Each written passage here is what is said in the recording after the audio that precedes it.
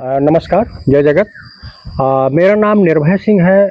मैं रहने वाला तो यहाँ से 60 किलोमीटर दूर उचेहरा सतना वहाँ का रहने वाला हूँ। लेकिन मैं राजगोपाल जी के साथ 1987 से इस तरह के सामाजिक काम पे लगा हूँ। और मैं इसके पहले फील्ड के काम पे लोगों को संगठित करना, लोगों को बताना, लोगों के मुद्दे उठाना, एडवोकेसी करना, उस तरह के काम पे लगा था। लेकिन 1998 में मेरे को राज्यपाल जी ने यहाँ भेजा, इस मझगमा सेंटर पे। और ये मझगमा सेंटर एक तरह से जंगल के रूप में था उस समय। और मैं यहाँ आया, मैं 2 साल यहाँ रहा। लेकिन मेरा को काम करने का जो मेरा लालच थी, जो मेरा अनुभव था फील्ड का था। लेकिन यहाँ कोई संस्था न होने के कारण मैं फील्ड में काम करना मेरे लिए मुश्किल काम था। लेकिन फिर मैं मानव जीवन विकास समिति के नाम से यहाँ 2000 में इस संस्था का रजिस्ट्रेशन किया। और उसमें राजगोपाल जी भी हम सब लोग थे, और मैं उसका एक तरह से फाउंडर मेंबर हूँ, और अभी वर्तमान में सेक्रेटरी भी हूँ। और इस तरह से इस संस्था को बनाया, और संस्था को धीरे धीरे धीरे धीरे काम को चलाते बढ़ाते करते रह गए। कटनी जिले से करीब 10 किलोमीटर की दूरी पर बिजौरी मझगावा में मानव जीवन विकास समिति कार्य करती है। यहाँ सचिव के पद पर कार्य कर रहे निर्भय सिंह जी करीब 23 सालों से इस संस्था को चला रहे हैं। जल, जंगल और जमीन के मुद्दों से जुड़कर यह संस्था पूरे देश में कार्य करती है। निर्भय सिंह जी ने हमें इस संस्था की स्थापना से लेकर उसके कार्यों, उद्देश्यों व भविष्य की योजनाओं के बारे में पूरी जानकारी दी है। 2000 कहते हैं ना कि जब संस्था को बनाते हैं 2-3 साल अपने आउन फंड से कुछ उसको रन करना होता है। उससे 2-3-4 साल चलाया थोड़ा बहुत ऐसे काम में। लेकिन 2005 के बाद संस्था ने थोड़ा थोड़ा अपना काम को आगे बढ़ाना शुरू किया।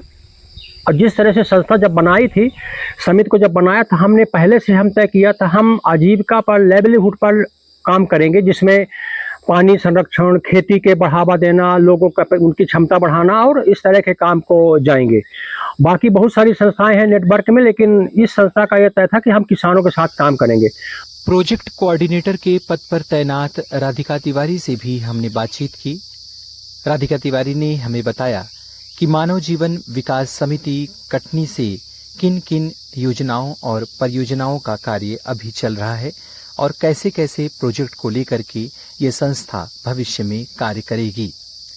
मेरा नाम राधिका तिवारी है और मैं मानव जीवन विकास समिति में पिछले 2 साल से प्रोजेक्ट कोऑर्डिनेटर के पद पर काम कर रही हूँ।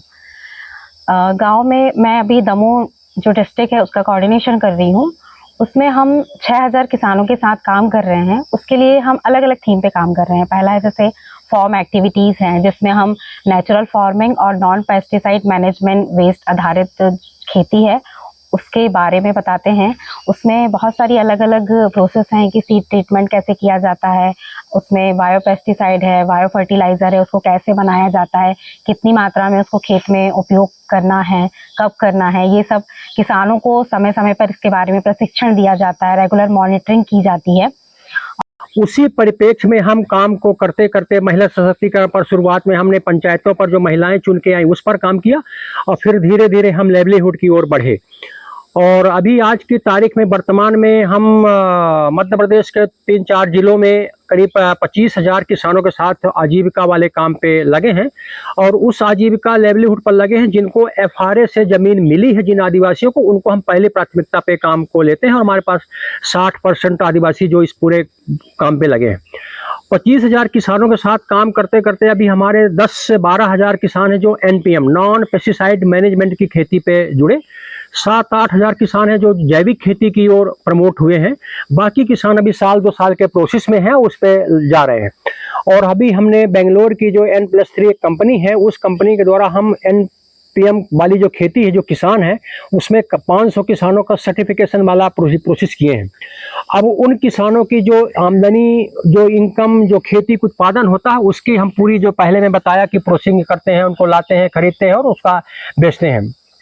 इस पूरे काम को करने के लिए मानव जीवन विकास समिति में आज की तारीख में 65 समथिंग कार्यकर्ता हैं जो फील्ड में जो कार्यकर्ता है 5 गांव के बीच में एक कार्यकर्ता बैठा है, जो हर कार्यकर्ता 400-500 किसानों के बीच में 500, 600, 800 जो जैसा दूरी नज़दीक है उस तरह से काम करते हैं। हम थोड़ा उसमें रियायत दिया उन महिला कार्यकर्ताओं के लिए जो उनको थोड़ा कम दिए हैं। यदि पुरुष कार्यकर्ता को 5 गाँव दिए हैं तो महिला कार्यकर्ता को 2 या 3 गाँव दिए हैं उसके आसपास गाँव में, क्योंकि उनको भी अपने काम पे अपने आसपास के गाँव के लोगों को प्रमोट करें और सिखाएं। और अभी वर्तमान में हम पानी संरक्षण को लेकर के और जैविक खेती को लेकर के ही ज़्यादा फोकस किए हुए हैं। और अभी हमने वर्तमान में हमारे मित्र हैं यतीश मेहता और बम्बई बहुत सारे मित्र हैं, उनके सहयोग से करीब हम 16 तालाब और 150 कुआं बनाया है पूरे बुंदेलखंड के दमोह में और कटनी को मिलाकर। अभी हमारा एक तालाब का काम कटनी के दैगवा गांव में और सीहोर की तरफ 2 कुओं का काम चल रहा है। गांधी जी का सपना यही था कि हर गांव मजबूत बने, आत्मनिर्भर बने, तो उसी लाइन पे ही हम काम कर रहे हैं। ज़्यादातर महिलाओं को भी फोकस कर रहे हैं, क्योंकि जो महिलाएं हैं वो हमारा होता है ना कि काम तो वो भी सारे कर रही हैं, पुरुष के बराबर ही कर रही हैं, लेकिन उनको उतना आत्मसम्मान और आत्मनिर्भर जो महसूस होना चाहिए वो नहीं होता है। लेकिन हम उन्हीं के साथ लगातार काम कर रहे हैं कि कैसे उनको सशक्त बनाया जाए, उनकी आय को बढ़ाया जाए, क्योंकि अगर वो भी उनके पास भी मतलब पैसे आएंगे, कमाएंगी, तो उनकी भी घर में शायद बराबरी का हिस्सा होगा, उनकी भी बातें सुनी जाएंगी, उनमें भी तो आत्मविश्वास होगा। इसको लेके काम कर रहे हैं और तो लगता है कि धीरे धीरे हम गांधी जी के सपने की ओर ही जा रहे हैं। ये तमाम सब काम करते करते हम एमपी टूरिज्म के साथ होम स्टे वाला भी काम करते हैं, रूरल टूरिज्म का, जिसमें हम गांव के लोगों को खुद अपना मकान बनाते हैं। उसमें एमपी टूरिज्म सपोर्ट करता है और वो मकान बनाने के बाद वहाँ लोग जो टूरिस्ट लोग आएंगे उसकी एक आमदनी का जरिया होगा और उससे अपनी आजीविका खड़ी कर पाएंगे।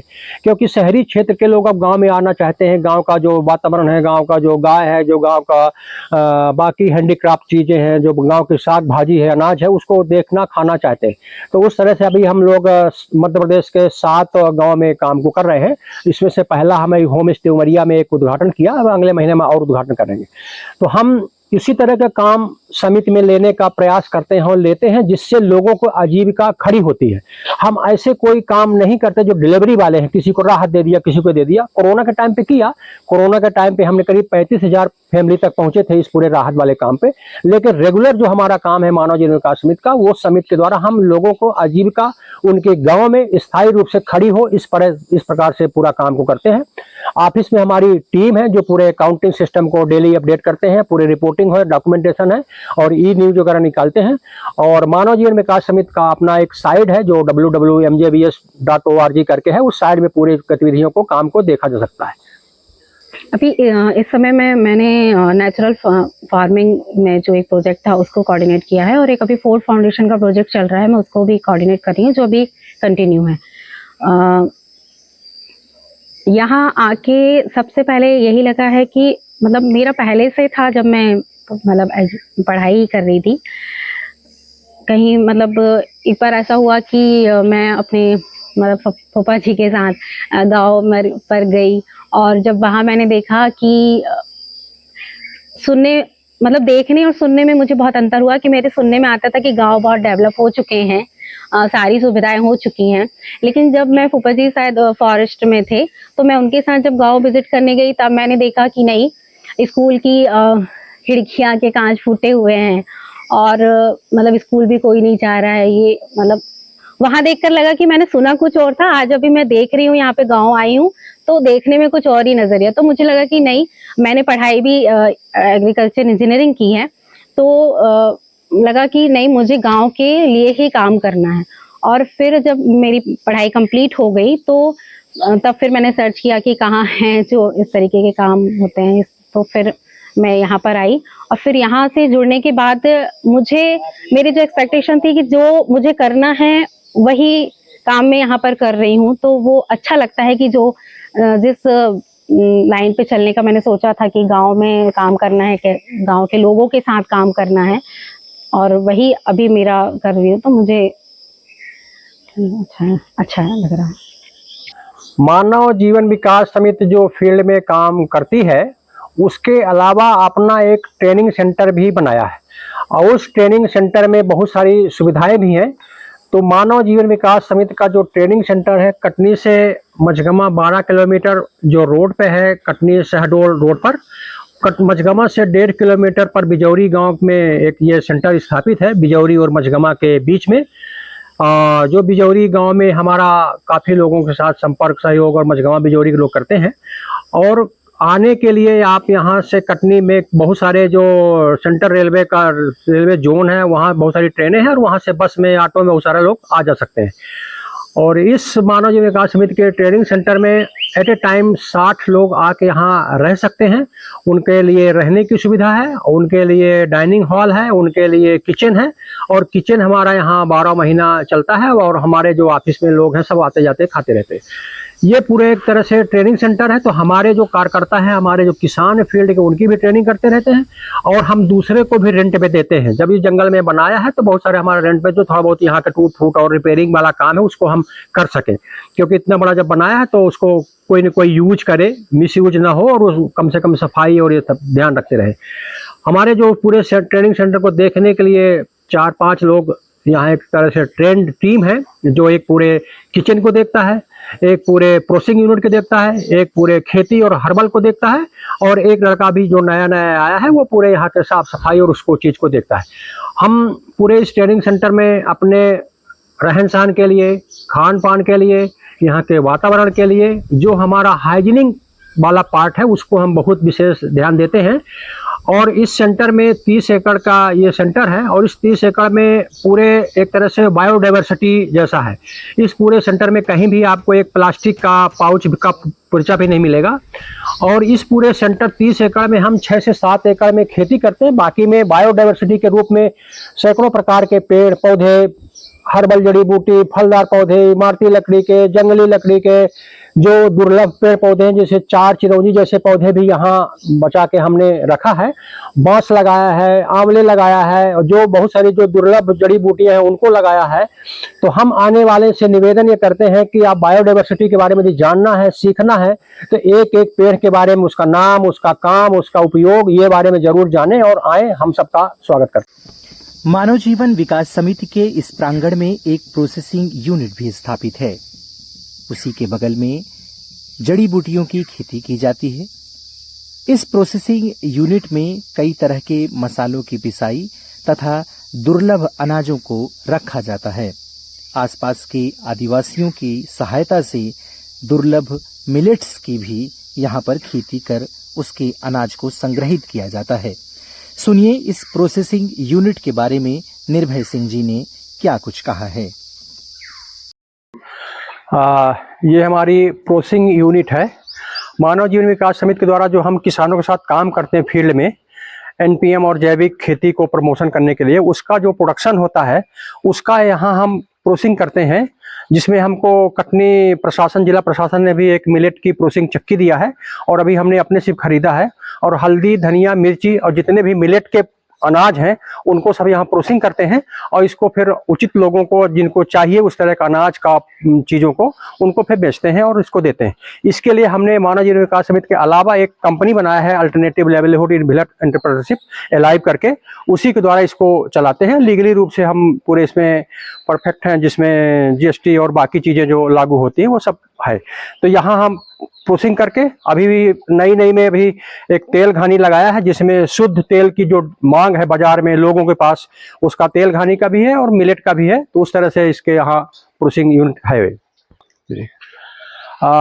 आज की तारीख में मानव जीवन विकास समिति में करीब 65 वर्कर हैं, जो 55 लोग फील्ड में हैं, जो फील्ड में दमोह और कटनी उमरिया के इलाके में काम करते हैं और 5-5 गांव में वो काम करते हैं।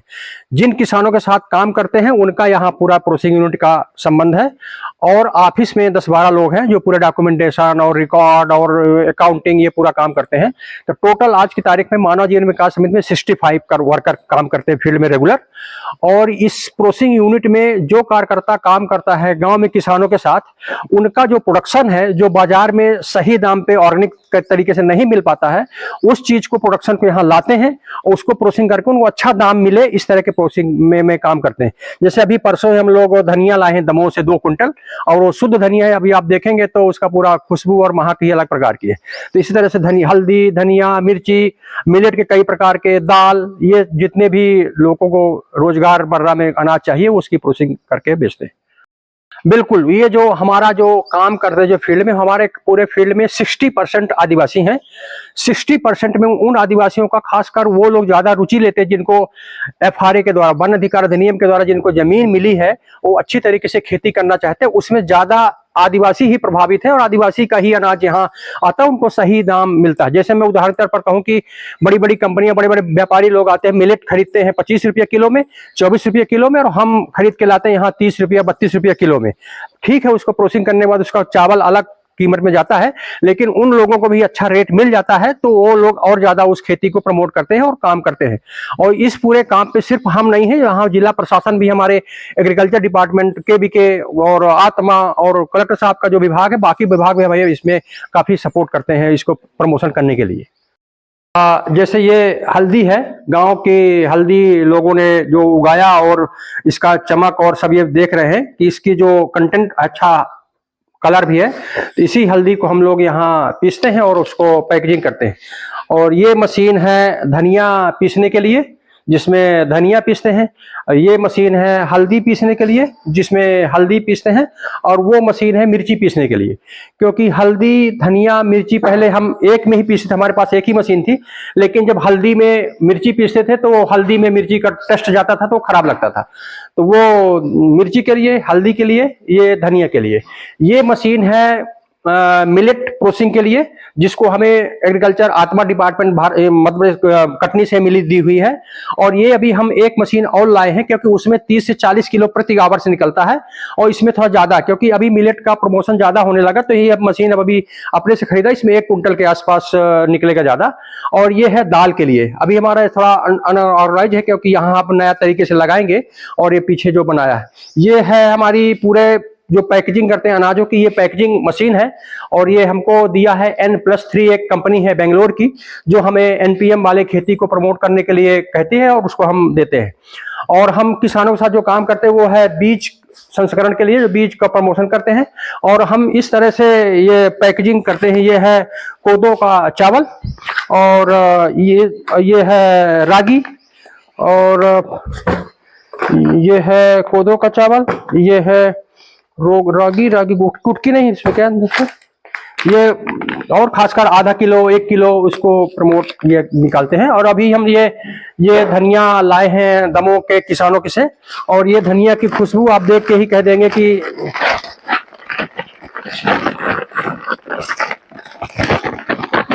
इसको खोल पाया।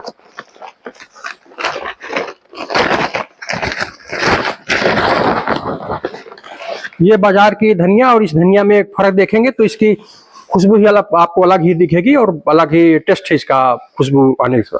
और इसीलिए इस धनिया को हम पैकेजिंग करके और शुद्ध तरीके से देते हैं, और लेने वाले लोग अच्छी तरीके से लेते भी हैं। कुटकी, ये है कोदो का चावल, और ये है रागी।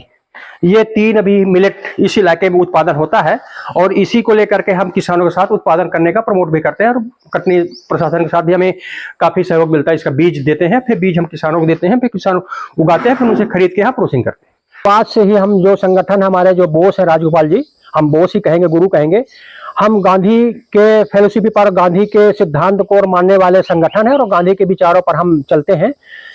गांधी जी भी जैसे कहते थे कि अपना काम खुद करें, अपने सेंटर के आसपास के, अपने घर के, अपने पड़ोस की अपनी सफाई रखें, उसी परिप्रेक्ष्य में हम यहाँ सेल्फ सर्विस काम वाला काम है। हम जो लोग यहाँ आएंगे अपना खुद खाना खाएंगे, खुद थाली धोएंगे और खुद रखेंगे। तो सेल्फ सर्विस वाला जो काम था गांधी के सिद्धांत पर, उस तरह का चीज को हम मानते हैं। और नॉन वायलेंस जो इकोनॉमी है, इसको प्रमोट करते हैं। और हम ये मानते हैं कि गांव में जब तक लोगों को आर्थिक रूप से मजबूत नहीं होंगे अपने गांव में, जब तक वो गांधी का सिद्धांत अधूरा रह जाएगा। तो जिस तरह से कहते हैं ना, गांधी जी कहते हैं कि जमीन सबकी आवश्यकताएं पूरी कर सकती है, लालच पूरी नहीं कर सकती, उसी सिद्धांत को हम जमीन पर काम करने के और उनके आजीविका पर काम करने के लिए तत्पर रहते हैं। हाँ, बिल्कुल है कि जो महिलाएं हैं, ये सब जुड़ा हुआ है एक प्रकार से, कि जब हम रासायनिक खेती से जैविक खेती की ओर जा रहे हैं, तो उसमें जो भी नुकसान है वो घर से लेके बाहर समाज तक, मतलब सब उसमें इंक्लूड होते हैं। तो यदि हम रासायनिक खेती से जैविक खेती की ओर जा रहे हैं, क्योंकि जितना अगर खेती में योगदान जो होता है पुरुष का होता है, वही महिलाओं का भी होता है। वो भी खेतों में जाती हैं, काम करती हैं। तो अगर हम रासायनिक से जैविक खेती की ओर जा रहे हैं तो उसका इफेक्ट उनके भी मतलब स्वास्थ्य पर पड़ता था, तो वो कहीं ना कहीं कम हो रहा है। जैसा मैं जब पहले आया था 98 में, यहाँ उस समय भी पानी था, लेकिन बीच में यहाँ का हमारा वाटर लेवल 100 से 120 फीट तक चला गया था। तो हमारे यहाँ जो बोर और कुआं है उसमें पानी हम निकालना हमारे लिए मुश्किल काम था। लेकिन हमने पूरे सिस्टम को देखा कि हम इसमें कैसे इसका वाटर रिचार्ज और वाटर लेवल कैसे हम बढ़ा पाएँ। तो हमारे जो पूरे सेंटर है, इस सेंटर के सबसे ऊपर हमने एक तालाब बनाने की कोशिश किया। जो गवर्नमेंट का एक रोड बना, उस रोड वालों को मिट्टी दिया। तो उस तालाब के बनने के बाद जब पानी उससे भरता है, ज़्यादा दिन तो नहीं रहता, लेकिन दिसंबर जनवरी तक रहता है, उससे हमारे यहाँ के जो कुआं और बोर हैं वो रिचार्ज हो गए। तो आज की तारीख में हमारे इस बोर और कुआं में 40 से 50 फीट में पानी 24 आवर्स 10 HP का मोटर लगा के चलाया जा सकता है। लेकिन हम पानी को भी यूज करते हैं, मिसयूज नहीं करते कि पानी हमारे पास खूब है तो हम उसको बहाएं। लेकिन हमारे पास पानी, ये सेंटर में पानी है। और हमारा एक बाहर कुआं है, हम कुआं को भी, जैसे अंटाला जी कहते थे कुआं रिचार्जिंग सिस्टम बनाए, हम कुआं को भी रिचार्जिंग सिस्टम बनाया है। 10 फीट नीचे गड्ढा खोद के बाहर गड्ढा खोदा है और उसमें है पाइप को लगाया। तो पहले बरसात में पानी आके उस गड्ढे में भर के फिल्टर होके कुआं में भर जाता है। और इस सेंटर से हम ये मानते हैं कि हम यहाँ के फलदारों पे हम स्वावलंबी हैं, यहाँ के पानी से भी हम स्वावलंबी हैं। मैं एक चीज भूल गया था कि हम इस पूरे सेंटर में सोलर लगाया हुआ है, तो हम एक तरह से लाइट से भी स्वावलंबी हैं। जितना ये प्रकाश और धूप होते उस सोलर से भी हम पूरे सेंटर को बना के, लाइट है तो ठीक है, नहीं है तो ठीक है, लेकिन हमारा पूरा ऑफिस और पूरा ट्रेनिंग सेंटर सोलर सिस्टम से चलता है। कौन किसान है जो अपने खेत पे तालाब का निर्माण करवाना चाहता है या फिर कहीं सामुदायिक तालाब का निर्माण करवाना है, तो ये सब चिन्हित किया जाता है। फिर ये हमारा पूरा गांव वाले की सहमति से पूरी फाइल तैयार की जाती है। फिर इसको ग्राम सभा के माध्यम से वहाँ पारित किया जाता है कि हाँ ये कमियां गांव में हैं और हम इस पे सॉइल एंड वाटर कंजर्वेशन के लिए, गांव की किसानों की खेती में प्रोडक्शन बढ़ाने के लिए इसके साथ काम कर सकते हैं। अगर ग्राम पंचायत को भी ये सही लगता है तो वो आगे इसको भेज कर और फिर वहाँ पे मतलब तालाब निर्माण या कुएं का निर्माण करवाया जाता है। मानव जीवन विकास समिति जब अपना फील्ड को सिलेक्ट करते हैं, एरिया को सिलेक्ट करते हैं, गांव को सिलेक्ट करते हैं, तो हम पहले प्राथमिकता ये देखते हैं कि कौन से ऐसे गांव हैं जहां सरकार की लोगों की पहुंच कम है। हम ऐसे गांव को चयन करते हैं और गांव को चयन करते समय हम उस गांव में जब बेसलाइन सर्वे करते हैं तो हम पहली प्राथमिकता में उन छोटे किसानों को, महिलाओं को, विकलांगों को प्राथमिकता देते हैं। फिर हम अधिक से अधिक हमारे जो सीमांत किसान, छोटे किसान हैं, 70 से 80% हम उनके साथ ज़्यादा काम करते हैं। जिनके पास छोटी जोत की ज़मीन है, जिनको कम सुविधाएं हैं और जो सरकार से ज़मीनें मिली हैं, फिर उनको हम एक ट्रेनिंग देने का प्रोसेस करते हैं कि आप अपने जो ज़मीन मिली है उसको स्थायी रूप से आप कैसे आजीवन कमा सकते हैं, ना कि फर्टिलाइजर और पेस्टिसाइड डाल के। तो उनको एक ट्रेनिंग देने का प्रशिक्षण करते हैं कि आप जैविक दवाइयाँ, बर्मी खाद, कंपोस्ट खाद इस तरह के बना के अपने जीविकोपार्जन, अपने खेत को बनाइए और पलायन से रुकिए।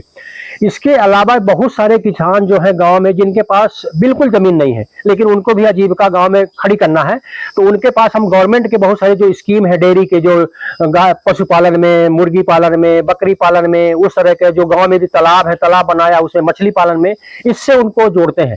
हमारी पहली प्राथमिकता जिनके पास बिल्कुल कुछ नहीं है उनके साथ जुड़ना। दूसरी प्राथमिकता जो छोटे किसान हैं, जिनके पास 1 एकड़ 2 एकड़ की जमीन है, जो छोटे किसान, सीमांत किसान है, उनको कैपेसिटी देके उनकी क्षमता बढ़ा के उनके खेती को बढ़ाना और प्रमोट करना। हम तीसरे चौथे लेयर पे जाते हैं, जो 5 एकड़ 10 एकड़ ज्यादा लोग हैं, उनके पास हम बहुत कम पहुंच पाते हैं। हमारा 70 से 80% हम उन्हीं किसानों के बीच में काम कर सकते हैं, जो उसमें से भी 60% ST है।